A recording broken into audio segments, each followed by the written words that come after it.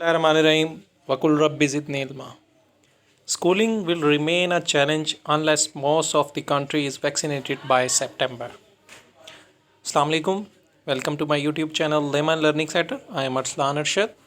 Kindly subscribe the channel and give your feedback in the comment section.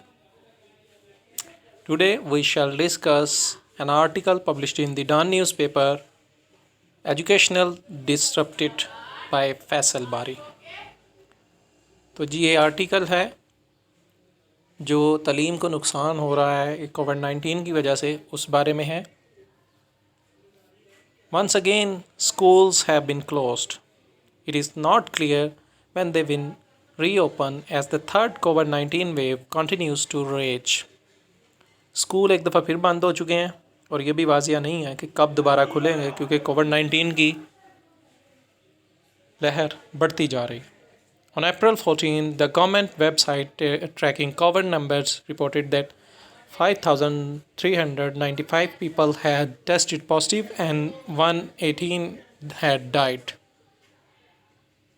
14 April کو government کی web site سے Covid number جو تعداد ہمیں نظر آتی ہے اس سے پتہ چلتا ہے کہ 5,395 لوگوں کو کووڈ کا ٹیسٹ مثبت آیا ہے اور 118 اس سے اموات ہوئی ہیں۔ These are some of the highest numbers we have seen during the pandemic. اور یہ سب سے زیادہ تعداد اب تک جو ہم نے اس وبا میں دیکھی ہے۔ Though some lockdowns are in place and have been so far the last 3 to 4 weeks, the numbers still remain high and it is difficult to predict when they will come down enough for the government to be able to reopen school. اگرچہ بڑی جگہوں پہ lock down لگا ہوا ہے اور پچھلے کچھ 3 سے 4 ہفتوں میں لگا ہوا ہے، لیکن تعداد اتنی زیادہ بڑھ چکی ہے اور مشکل ہے اس حکومت کے لیے اس بات کوئی پیش گوئی کرنا کہ کب اسکول دوبارہ کھلیں گے۔ The last academic year was a very difficult one for education. پچھلا سال بھی تعلیم کے لیے بہت مشکل رہا۔ Schools were closed in March 2020 and remained shut till September or so. School تقریباً مارچ میں 2020 میں بند کیے گئے تھے اور سپتمبر تک بند رہے۔ They were again closed in December and then once more about a month ago. وہ دسمبر میں پھر بند کر دیے گئے اور 1 مہینے پہلے دوبارہ ان کو بند کر دیے گئے۔ Even when open schools have had to work under strict SOPs. جب کھولے بھی گئے تو ان کو سخت پریکاشنری معیار احتیاطی تدابیر کے تحت کام کرنا پڑا۔ They were asked to have 50% attendance and alternate day classes and to work under other restrictions. ان کو تقریباً 50% حاضری کا کہا گیا اور مختلف دنوں میں کام کرنے کا کہا گیا، اور وہ بھی سخت اقدامات کے تحت۔ All of the above has had a significant impact on learning. اور اس سب نے سیکھنے سکھانے کے عمل کے اوپر بہت خاص گہرا اثر چھوڑا ہے۔ We know that students have not been able to learn much this year. ہمیں پتہ ہے کہ طالب علم بھی اس سال کچھ زیادہ نہیں سیکھ پائے۔ We also know many have actually lost what they had learned up to last year as well. Learning losses have been estimated in some cases. ہمیں یہ بھی پتہ ہے کہ جو کچھ انہوں نے اب تک سیکھا تھا پچھلے سال وہ بھی ان کا تقریباً بھول چکے ہیں، کیونکہ جو نقصانات سیکھنے سکھانے کے عمل میں ہوئے ہیں وہ تو دیکھنے میں بھی آئے ہیں۔ When schools reopened, attendance was less than what it was before closures, even after taking into account the impact of standard operating procedures SOPs. جب اسکول دوبارہ کھولے گئے تب بھی حاضری بہت کم تھی جتنی پہلے ہوتا تھی اسکول بند ہونے سے، اور یہاں تک کہ اگر آپ سخت اقدامات بھی کر لیں تب بھی وہ ویسے کے ویسے۔ Some estimates of possible dropouts go up to 1 million students discontinuing primary and secondary education in Pakistan due to economic and other disruptions that have been caused by the pandemic. کچھ اندازے اس بات کو لگاتے ہیں کہ جتنے ممکنہ بچے جو اسکول چھوڑ کے گئے ہیں وہ تقریباً لاکھوں میں ہو چکے ہیں، جو کہ پرائمری اور سیکنڈری تعلیم چھوڑ چکے ہیں پاکستان کے اندر، جس کی وجہ معاشی سرگرمیاں ہیں اور دوسری جتنی بھی مشکلات آئی ہیں اس وبا کی وجہ سے۔ This is in addition to the 20 million plus 5 to 16 year olds that are already out of the school. یہ ان 2 کروڑ بچوں سے جو 5 سے 16 سال کے ہیں ان سے اضافی تعداد ہے جو پہلے اسکول سے باہر تھے۔ We have a serious education crisis on our hands, even if everything were to stay where we are right now. ہمیں بڑی شدید سنجیدہ تعلیمی مسئلے کا سے دوچار ہیں، اگرچہ سب کچھ بھی صحیح ہوتا ہے جو ہو رہا ہے. But the near future is not giving us any reason to be optimistic. لیکن مستقبل قریب بھی ہمیں کوئی پورا امید ہونے کے لیے کوئی رستہ نہیں دکھا رہا. Relief does not seem likely any time soon. ہمیں نہیں لگتا کوئی ریلیف آئے گا. The third wave is raging. تیسری لہر تو بہت زیادہ بڑھ رہی ہے. But even if this wave were to subside due to partial lockdowns and other measures and we reopen schools, what will stop the arrival of a fourth wave or fifth wave. اگرچہ یہ والی لہر بھی کچھ کم پڑ جاتی ہے چند ایک لاک ڈاؤن لگانے کی وجہ سے یا دوسرے اقدامات جو کیے جاتے ہیں, اور اگر اسکول دوبارہ کھل جاتے ہیں تو چوتھی یا پانچویں لہر کو آنے سے کیا چیز روک سکتی ہے؟ The only way forward it seems is through mass vaccination. اور اس کا حال جو نظر آتا ہے وہ صرف یہی آتا ہے کہ بڑے پیمانے پر لوگوں کو ویکسین لگائی جائے. But it is not clear when and if we are going to have enough vaccines to be able to carry out mass vaccination. لیکن یہ بھی بات واضح نہیں ہے کہ کب, اور اگر ہم بہت زیادہ تعداد میں ویکسین لگانا چاہتے ہیں کب ہم کرنے والے ہیں یہ بھی کوئی پتہ نہیں ہے. With a population of some 220 million people and even if we leave the younger people out, we still need around 100 million vaccines. تقریباً 22 کروڑ لوگوں میں, اور اگر ہم نوجوان لوگوں کو پیچھے ہٹا بھی دیں تب بھی تقریباً ہمیں 10 کروڑ ویکسین چاہیے. So far we have vaccinated about 1 million people in Pakistan. تقریباً اب تک ہم نے 10 لاکھ لوگوں کو ویکسین دے دی ہے پاکستان کے اندر. How long will it take for us to reach 100 million? اور ہمیں 10 کروڑ پہنچنے تک کتنا ٹائم لگتا ہے؟ And without such coverage could we avoid subsequent waves of کووڈ-19؟ اور اتنی زیادہ بڑی تعداد میں ہم اگر ویکسین نہیں لگاتے تو کیا ہم کووڈ-19 کی آنے والی لہروں سے بچ سکتے ہیں؟ Is it possible to declare teachers and other staff working in schools to be frontline workers and vaccinate them on priority basis? Some other countries have done this.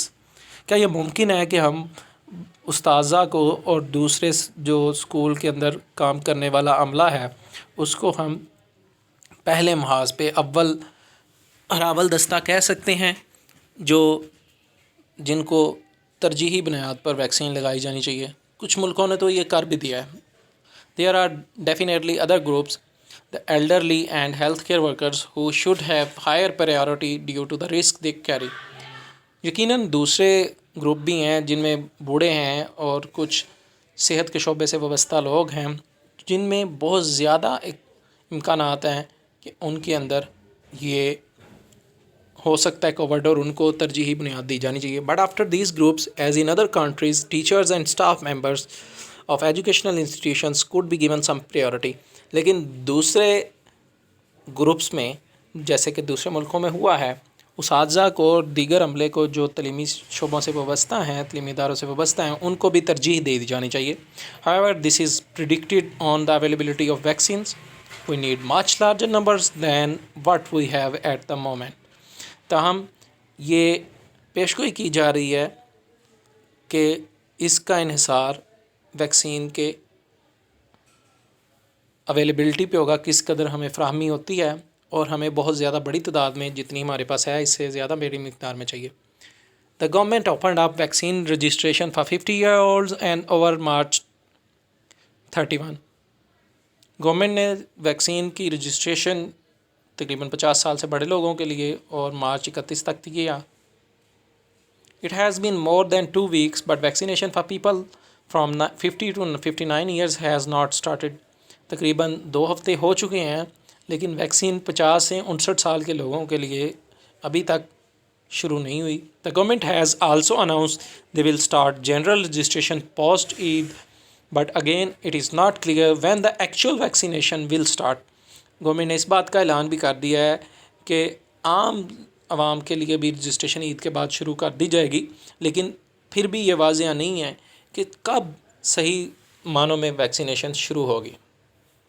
Will sufficient number of Pakistanis be administered the vaccine even when it is available? کیا پھر بھی اچھے خاصی تعداد میں پاکستانیوں کو vaccine لگائی جائے گی جب یہ فراہمی اس کی ممکن بھی ہو جائے گی. It is not clear what the acceptance rates are going to be. اور یہ بھی نہیں ہمیں پتہ کہ کتنے لوگ اس کو قبول کرنے والے ہیں. In England one estimate said that 95% of eligible people are getting vaccinated. England میں یہ اندازہ لگایا جا رہا ہے تقریباً 95% اہل لوگ ویکسین لگوا رہے ہیں. For Pakistan, I saw one estimate that said that around 40% would not want to be vaccinated. اور پاکستان میں نے یہ دیکھا ہے ایک اندازے کے مطابق تقریباً 40 لوگ ویکسین لگوانا ہی نہیں چاہتے.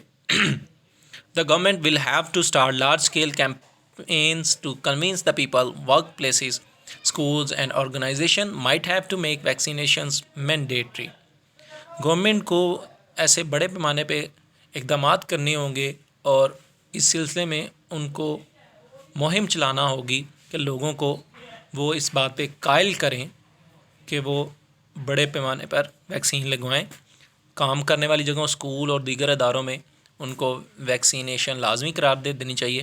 But again we will only know about this problem when we have the vaccine and open up the vaccination drive to large segments and then see how they respond.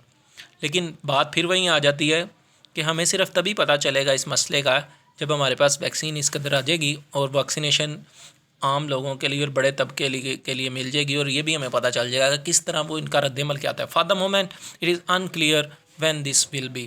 ابھی اس لمحے میں یہ بات غیر واضح ہے, مبہم ہے کہ کب یہ ایسا ہوگا. Come September, if most of the country is still not vaccinated, we might be getting more coronavirus waves and education will continue to be disturbed.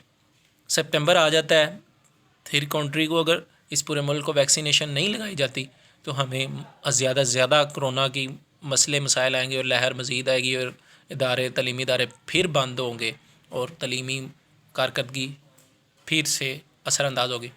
If this scenario plays out, we will have more learning losses and dropout rates will increase further. اگر یہی معاملات چلتے رہتے ہیں تو ہمارے سیکھنے سکھانے کے عمل میں بہت زیادہ نقصان ہوگا اور بہت زیادہ بچے اسکول چھوڑ کے جاتے رہیں گے اور یہ شرح بڑھتی رہے گی. It is difficult to predict learning losses and dropouts at the moment, but given our experience over the last year, the numbers are not going to be small. یہ بات مشکل ہے کہ ہم پیش گوئی کر سکیں کتنا نقصان ہوا ہے سیکھنے سکھانے کے عمل میں اور کس قدر بچے اسکول چھوڑ کے گئے ہیں, لیکن ہمارے تجربے یہ ہمیں پچھلے سالوں سے بتاتے ہیں کہ یہ تعداد کچھ کم نہیں ہے. We need to gear up online learning efforts. اب ہم کنکلوژن کی طرف جا رہے ہیں. We need to gear up online learning efforts to make sure students stay with their studies as much as possible while the disruptions continue.